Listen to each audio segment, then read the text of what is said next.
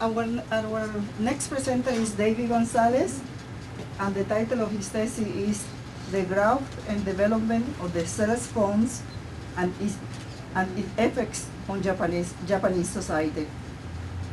Do you want to translate in Japanese, or do you want to say English? Oh. Do you want to say in Japanese the title, or? Oh, the title in Japanese is Nihon no Keitai Denwa Hattatsu to Shakai e no Eikyo. Okay.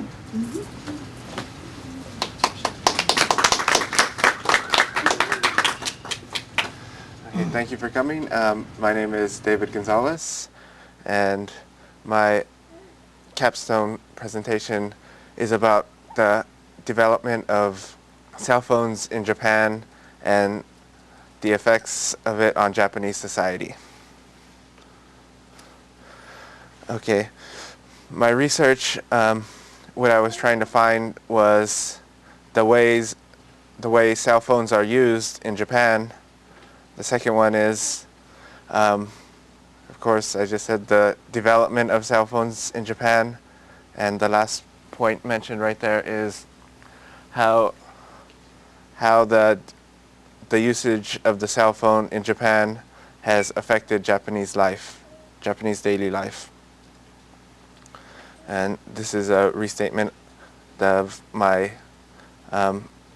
research questions, which is from 1980, when cell phones were first developed, how were they used at that particular time?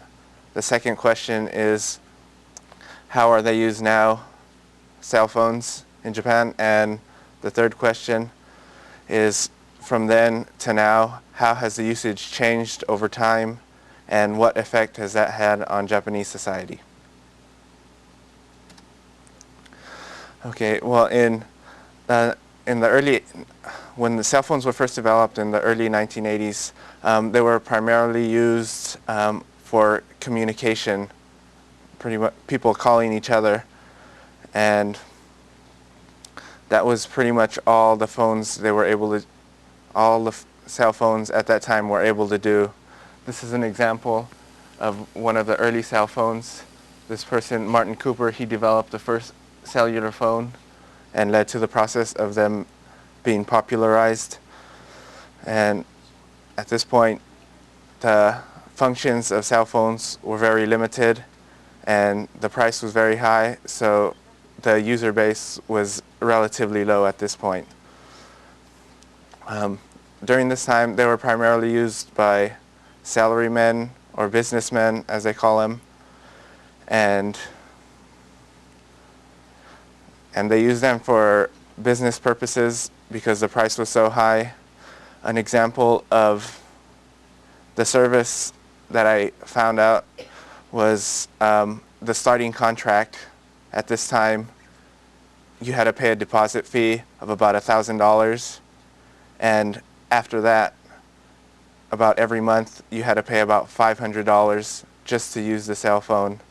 So the user base remained relatively low during this time. And also related to that, during this time, there was a general negative image of cell phone users, since there weren't very many people who owned cell phones, primarily the businessmen. They had a negative image associated with them. What I have listed here, for example, people would think about them that these people are rich, they're always busy, or what they thought about themselves was that they're always needed. So that's why they always had their cell phone with them. And the people using the cell phones,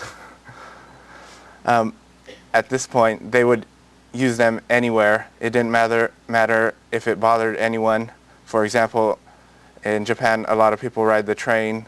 It's the most common form of transportation, and people would always be talking on their cell phones out loud, no matter who was around them. And I guess like they do here now, people talking people talking in restaurants. not mindful of everybody else eating or having a conversation. And they would even use it, some people mentioned using it in the bathroom while they're sitting on the toilet. So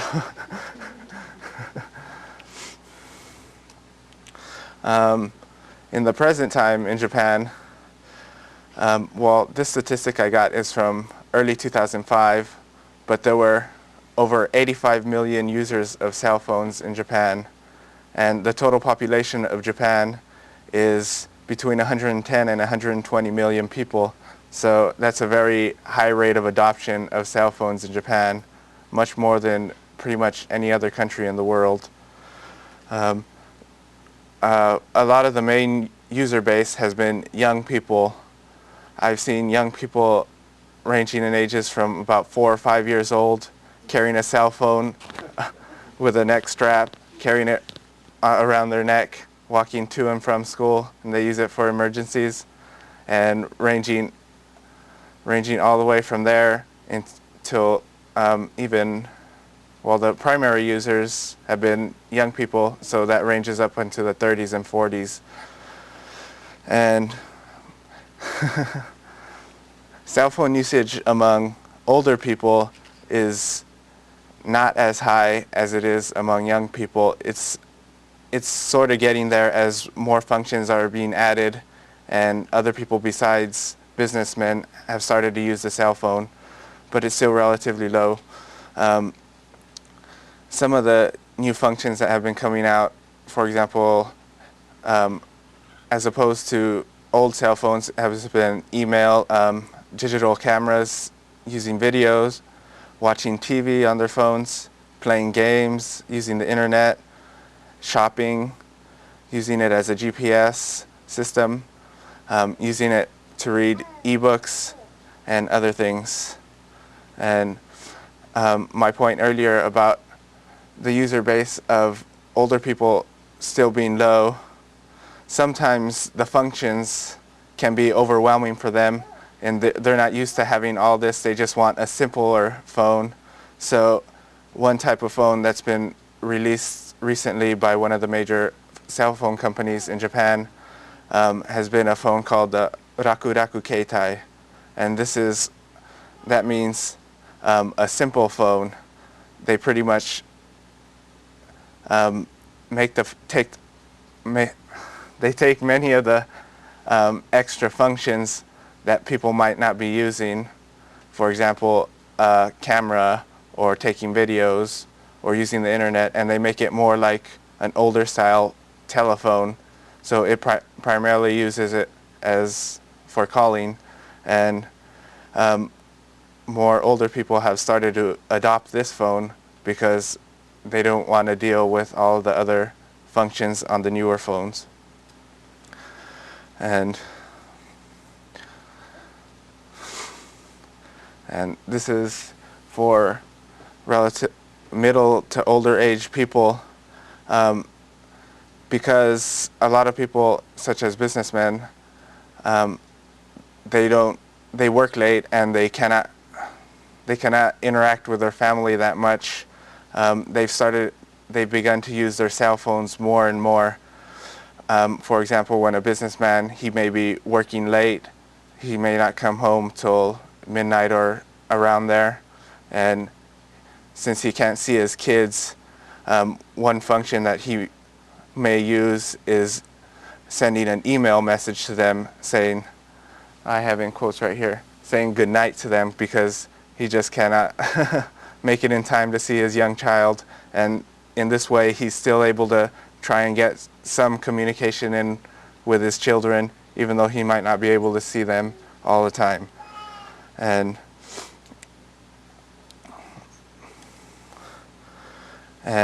for the Japanese, the typical family with a working man and the stay-at-home housewife, their usage is very different.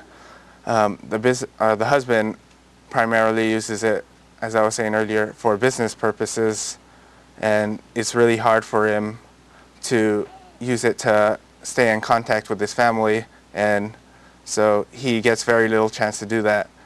But The housewife, on the other hand, she primarily uses a cell phone to maintain contact with all members of the family. She keeps track of where the husband is, if the kids are going to school. She calls them or emails them to find out where they are. And in this way, she can use the cell phone in between whatever else she's doing. For example, if she's doing housework, she can clean something, then when she's finished with that, send a message really fast and then move on to another job that she has to do. And she's always busy, so in this way she cannot really use a computer because it takes too much time to start it up, get everything going, check emails, and if she's using a cell phone, she gets an immediate response, so she doesn't have to worry about constantly checking the computer.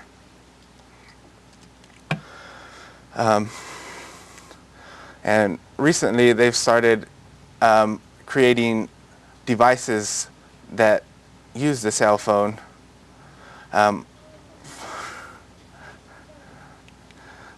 For example, before, in pre-war times, the main Japanese family, they would primarily have the main family, the husband, wife, kids, but then they would also have the older grandparents come and live with them. And this was primarily how the older style family was. They would have ranging from the kids all the way up to the grandparents. And the families were really connected. However, in modern times, since the end of World War II primarily, as more children have not had their parents come and live with them as they get older and the parents live alone, that's become a real problem of trying to keep in contact with their parents because they're unable to check with them at all times like before.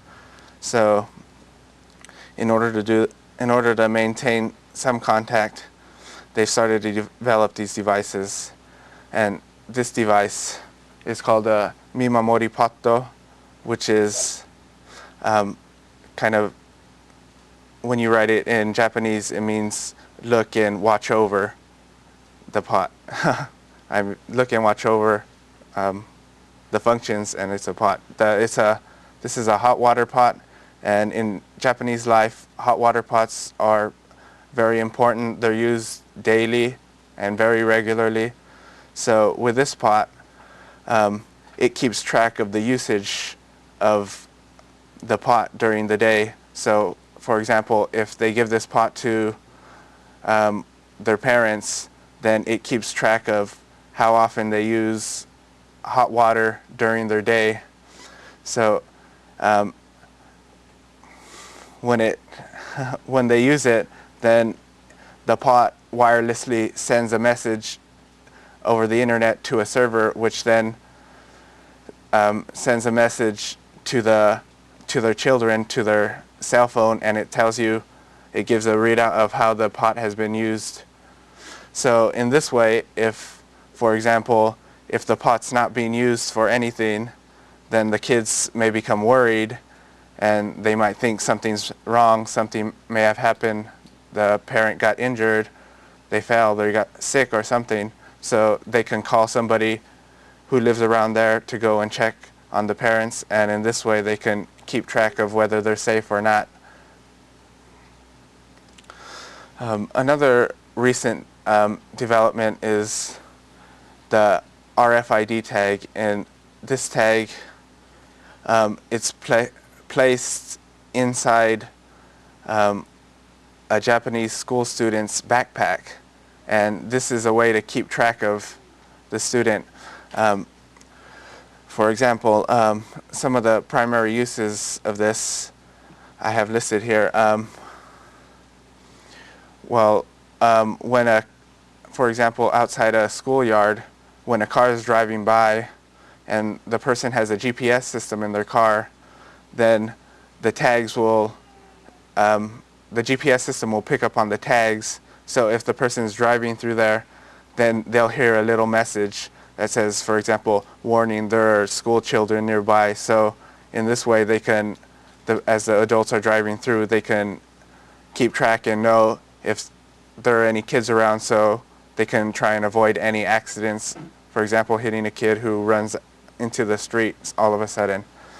The next example is there's also a little button on the RFID tag, and with this button, if the school child thinks he may be in any danger or anything, then he can push the button and somebody from the school will be notified, or anybody who's registered to help, for example, a school security guard, and they can run out there and go and assist the student. As many school children in Japan primarily walk home by themselves without an adult, this is a good way to make sure that they're safe. And also, the next example is their RFID hotspots. For example, the gate on a school will have a little sensor on it, so whenever the student walks through the gate, then the sensor will pick up on it, and a message will be sent to the parent, letting the parent know that their child arrived safely to school. And the same thing happens when they leave. It'll let them know that the child has left school, so they can be ready to pick them up or know that they're coming home. And in addition to this, there's also the parent can access something called an area kensaku, and this means that it keeps a history of where the student has gone for the day. So the RFID tag is tracked, and the parent can check on all the places that the student has been for the day, and it keeps a track record, so they know where they've gone, if they've gone to any mysterious houses or they've gone to see their friends, for example. And this is a good way they can check on it just by using their cell phone. They can access the website and check. And as you can see, the cell phones have advanced a lot since they were first developed. They've become very important items for a majority of the population of Japan, and it's not just for communication anymore. It's for a lot of different uses, to keep track of people, to make sure people are safe, to communicate, stay in contact with your family. A lot has changed, and in the future, I believe that more functions will continually be added.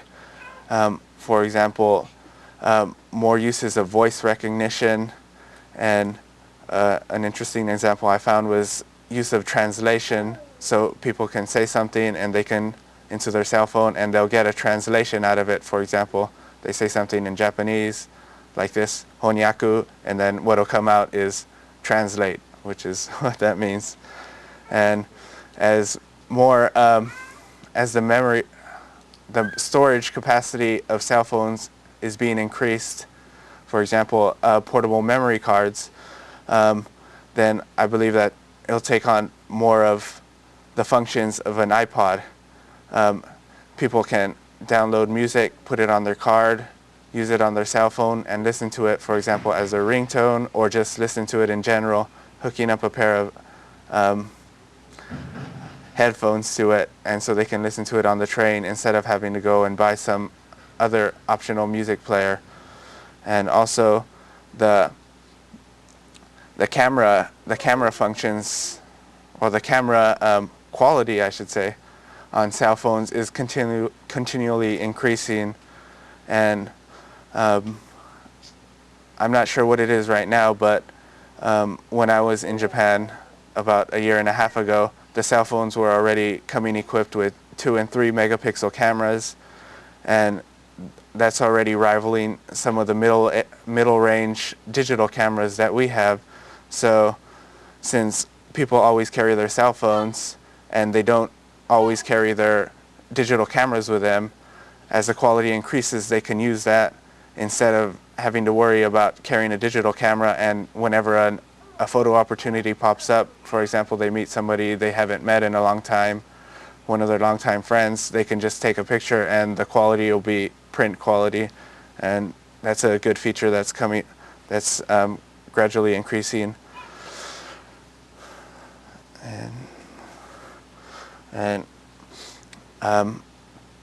And my result is that, in Japan, more than any other country, the cell phone saturation has become very high, and I believe this is why they're always in the leading edge of adding new features and new technology to cell phones. And because of this, we can look to Japan and see what they've developed, and we can get an idea of what will be developing in our own country. And this is a good way to see what kind of new features will be coming out, and what kind of different and interesting ways that we can possibly use the cell phone. And that's pretty much the end of my capstone. And I want to I was just going to say I want to thank everybody who's helped me on my capstone, my advisor, Dr. Yoshiko Saito Abbott, and all of my friends and classmates who've helped me translate, correct, and everything, and also my capstone teacher, Professor Ziolina, for guiding us through this semester to get this all finished. And thank you all for coming to watch my capstone presentation.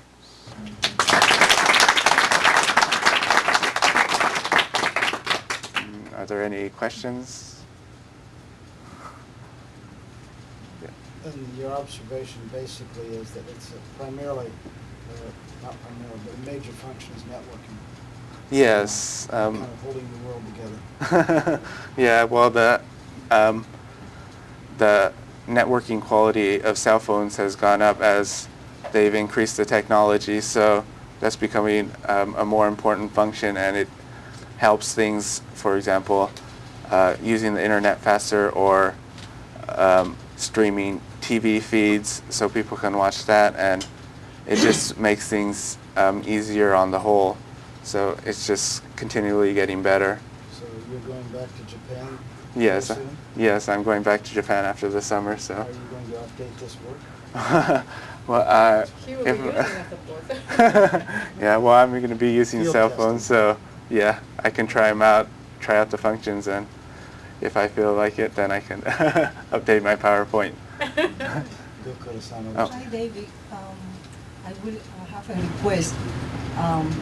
Could you keep this quiet, because Bush can use this, that he's going, with his program, that he's going, he's helping us, to have contact with the family. This is the reason that he's doing track of our phone numbers.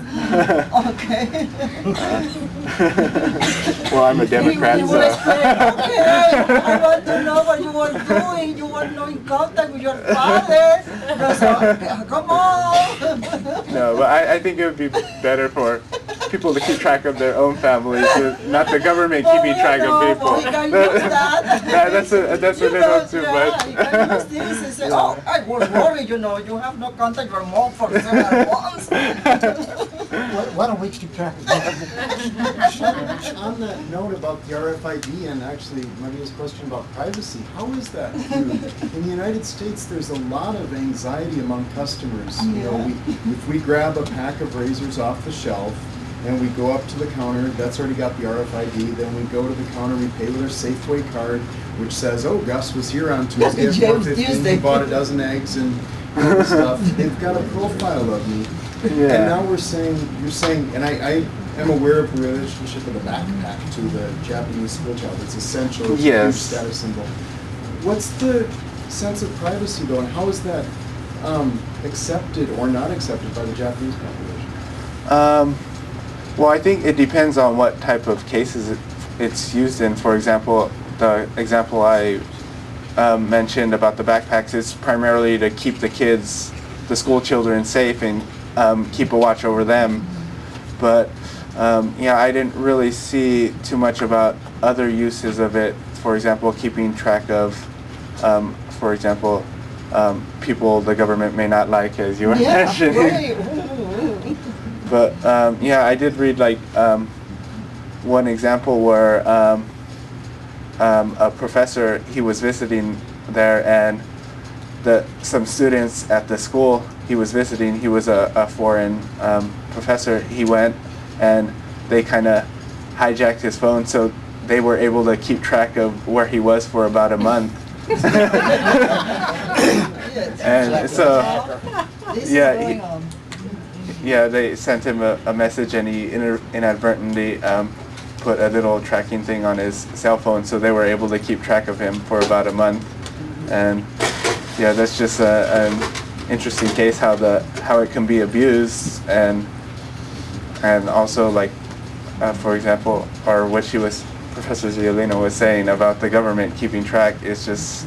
Or suppose I go to Las Vegas for a conference and they say, well, she was playing there instead of giving a presentation. How much you want? Yeah, I We think don't want that. in this case it's accepted, but for other cases it might not be accepted. It just depends on what the individual's view of it is. So if we give the Mimamoru hot to the Suicide Club kids, we might actually have a positive Yeah, result out of that. that is if they use it. We need to know what they put in it. I stepped out, you may have mentioned this while I was on, but what do you see the usage of Japanese cell phones in the future? Yeah, I did. I went over that in my in one of my slides, but Okay, I can watch it. You don't have to go over it, I'll just check it. oh, okay. With all the technology in the cell phones that you've been talking about, we see that we can control many things with the cell phones. But in your opinion, what do you think is that these cell phones are controlling now? Or I see that with the use of cell phones, almost the people cannot live with a cell phone. Is a cell phone controlling, or are we controlling many things with the cell phone? Well, I think in Japan it's kind of different from here, because here, well, people just use their cell phones on and off. But for example, in Japan, especially in large cities like Tokyo, where I was living, it's very crowded. So if you go somewhere to one of the major areas, for example, Shibuya, and there's just so many people going through there, and you're trying to meet up with your friends or somebody or a colleague, then it's virtually impossible to meet up with them unless you have some way to communicate using the cell phone. For example, people always call saying, where are you? Are you standing near this place? Otherwise, there are just so many people, it's really impossible to find somebody. So in a lot of cases, it's really necessary for people to have cell phones. And I think that's why it's become so popular among younger people, is they're always going out and they're always trying to keep in contact with people and meet up. And I know when I was living there, I always carried my cell phone around with me because I needed it whenever I wanted to meet up with anybody, because it's just so hard to do that otherwise. It just, yeah, it really depends on how you use it. They use it in a more educated way that we use it. I see many students, text messages in class. That is not in Japan.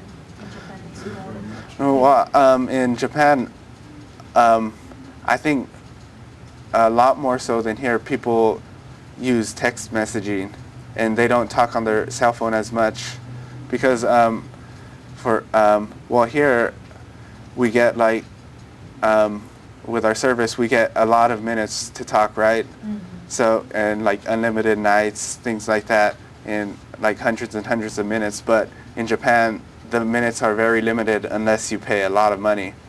For example, on my plan, I had about an hour of talk time per month, and that was paying like that's about $40 a month, and that was like the basic service. So people primarily use their cell phones to send text messaging, and they just keep in contact, and that's why so many Japanese people are so adept at using text messaging. I've seen people who can just and they send like these really long messages. I'm just like flabbergasted whenever I see so many people able to do that. So text messaging is a lot cheaper over there, so that's what a lot cheaper than calling, so that's why people primarily use it for that. And it's good to just send a quick message like, where are you, let's meet here at this time. And The same thing happened in Europe. They only send text, you know. They Yeah. have no, you know, they run the phone and they look at the phone and read the phone. They don't. yeah, It's very expensive. I think over there too it's kind of more expensive to talk, so that's why they use that too. One of the things I think related to that, and I was looking at a write-up on a new Samsung phone, and they have. Could you speak up a little bit? Oh, You're in the back. okay. Thanks. The newer phones have got a predictive text capability, so you just start to write something, and it learns the phrases you're using and sends it out, and you know, puts it on your screen, then you can send it or not. So it's quick and easy. Yeah, that when I was in Japan, my cell phone had that, but it was only for the Japanese. So whenever I type in Japanese, it'd have the predictive words. For example, if I use a lot of words constantly, like "let's go" or "let's meet," stuff like that, it would once I put like the first or second what's it called emoji, yeah, the character, then it would automatically pop up like thinking I wanted to do that. So it's very useful to and yeah, it's really helpful, especially when you're trying to type long text messages. Okay, thank you. Okay.